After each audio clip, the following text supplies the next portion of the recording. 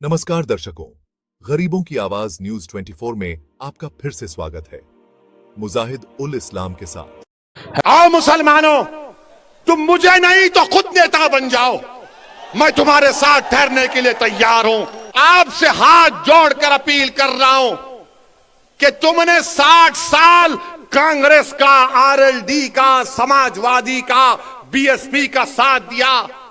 एक मर्तबा अपनी क़यादत को बनाओ, अपनी पार्टी को मजबूत करो, अपनी नेता को बनाओ जो तुम्हारे इशारे पर उठेगा, जिसकी दिलों में तुम्हारी मोहब्बत होगी, जिसकी जबान पर सपा, बीएसपी, कांग्रेस का डर नहीं होगा, उसकी जबान पर तुम्हारे इंसाफ के मुतालबे रहेंगे।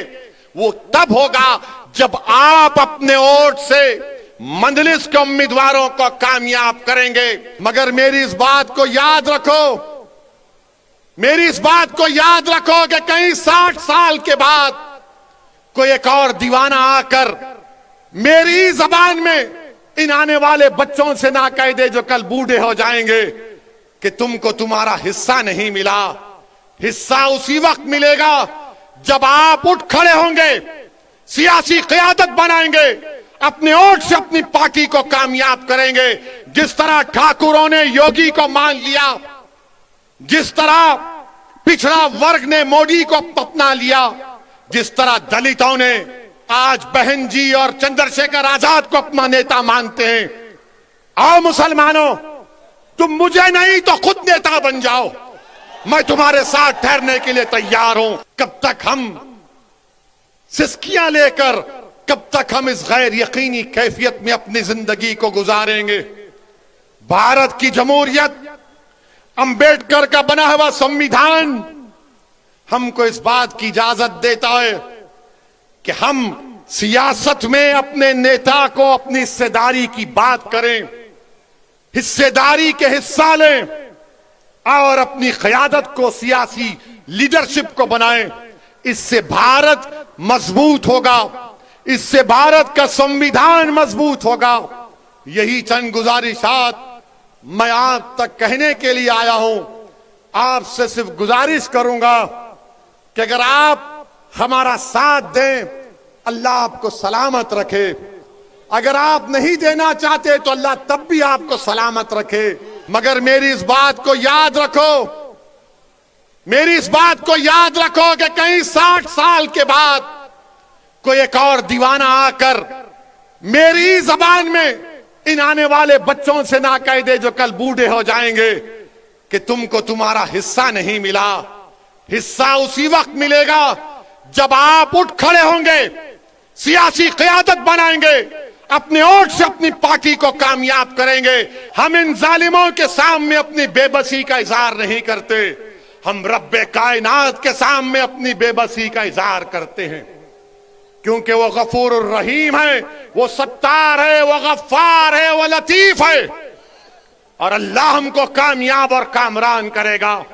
मेरे बस में इतना है, शौकत के बस में इतना है, महताब और हमारे अंबेडकर साहब की ताकत में बस इतना है कि हम आपके पास जाकर अपनी बात को पूरी इखलास के साथ रख रहे हैं। दिलों में मोहब्बत डालने वाले का काम तो अल्लाह का है, दिलों को मोड़ने का काम तो अल्लाह का है। मैं तो बार बार कह रहा हूं कि अपने दिल पर हाथ रखकर मैंने आज आधे घंटे 40 मिनट में जो कुछ कहा, सोचो आप। अपने घर को जाओ, रात के अंधेरे में अगर तुम उठते हो तो सोचो इस बात को। कब तक हम सिस्कियां लेकर, कब तक हम इस गैर यकीनी कैफियत में अपनी जिंदगी को गुजारेंगे? इल्जाम तो भारत के मुसलमानों के मुकद्दर का हिस्सा बन चुका है। अब हम इल्जामात की फिक्र नहीं करेंगे। मैं इस जनता के दरमियान में जाकर अपनी दिल की बात करूंगा और इनके दिल को जीतूंगा और इनसे वोट का मुतालबा करूंगा। हम पर इल्जाम, अरे हमारे पे कुछ इल्जाम लगा, हमारी तारीख गवाह है, हमारी नबी की सीरत की किताबें पुकार पुकार कर कह रही हैं कि जिस पर इल्जाम लगता है अल्लाह उसको कामयाब करता और करेगा इंशाअल्लाह ताला। इल्जाम है, कोई बात नहीं है, ये इल्जाम सिर्फ हम पर लगता है। ये 60 साल से हम पर इल्जाम लग रहा है, कभी आतंकवाद का, कभी फिरका परस्ती का, कभी पुलिस को मारने का, तो कभी किसी और इल्जाम का। मेरे गयूर नौजवानों, मेरे इज्जतदार कौमर मिल्लत के बुजुर्गों, उलमाए दीन से मैं आपसे गुजारिश कर रहा हूं कि इन ख्वाबों को पूरा उसी वक्त किया जा सकता है जब हम अपनी पार्टी के सियासी नुमाइंदों को कामयाब करेंगे। कोई उठकर बोलेगा ओवैसी मुसलमान अगर जीतेगा तो क्या सांप्रदायिकता को फायदा नहीं पहुंचेगा? मैं कहूंगा कि फिरका परस्ती खत्म होगी, फिरका परस्ती खत्म होगी अगर मुसलमानों के नुमाइंदे कामयाब होंगे। कोई पूछेगा कैसे? तो दैनिक भास्कर अखबार उठाकर देख लो आप। दैनिक भास्कर अखबार ने लिखा कि उत्तर प्रदेश में डीएम डिस्ट्रिक्ट कलेक्टर 28% ठाकुर हैं और ब्राह्मण समाज के हमारे भाई 22% हैं और 5% दलित और शेड्यूल्ड ट्राइब से। कितनी आबादी में हिस्सा होगा ठाकुरों का और हमारे ब्राह्मण भाइयों का? 15-16% के करीब होगा, मगर 50% डीएम उनके हैं, 50% डीएम उनके हैं। समाजवादी की सरकार हो, बीएसपी की सरकार हो या बीजेपी की सरकार हो, ठाकुर और ब्राह्मण विधानसभा में 25 से 27% नजर आएंगे और 19% मुसलमानों की हिस्सेदारी की मैं बात कर रहा हूं। नहीं, सांप्रदायिकता को फायदा मिलेगा, फिरका परस्ती बढ़ेगी। ये करेंगे तो बहुत अच्छा, ये दूध के नहले में हैं, ये बड़े पाकीज़ा हैं। और जब हम एक मजलूम कौम की इंसाफ की बात कर रहे हैं तो सब खामोश हो जाते हैं। मैं यहां पर हमारे हिंदू भाइयों से भी कहना चाह रहा हूं, असदुद्दीन ओवैसी और मंजलिस किसी मजहब के खिलाफ ना थी, ना है, ना कभी रहेगी इंशाअल्लाह ताला।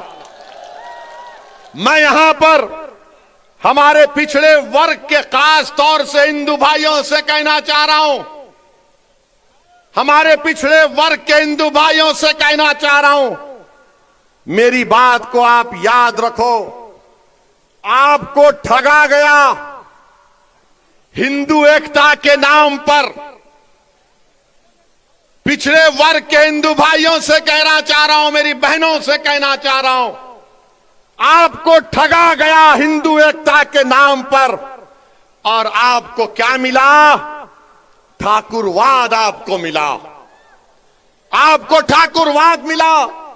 जिस तरह उत्तर प्रदेश के मुसलमानों को सेक्युलरिज्म के नाम पर, समाजवादी के नाम पर वोट लिया गया, तो हमको क्या मिला? हमको यादववाद मिला, आपको ठाकुरवाद मिला।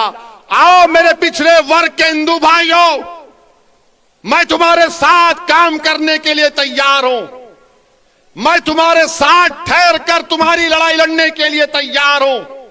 मैं हमारे दलित भाइयों से कह रहा हूं, मैं हमारे दलित भाइयों से कह रहा हूं, अगर आपको यह शिकायत है कि बीएसपी आपकी बात नहीं कर रही है, तो असदुद्दीन ओवैसी तुम्हारी बात करने तैयार है, तुम्हारे खिलाफ इंसाफ का मुतालबा करने के लिए तैयार है।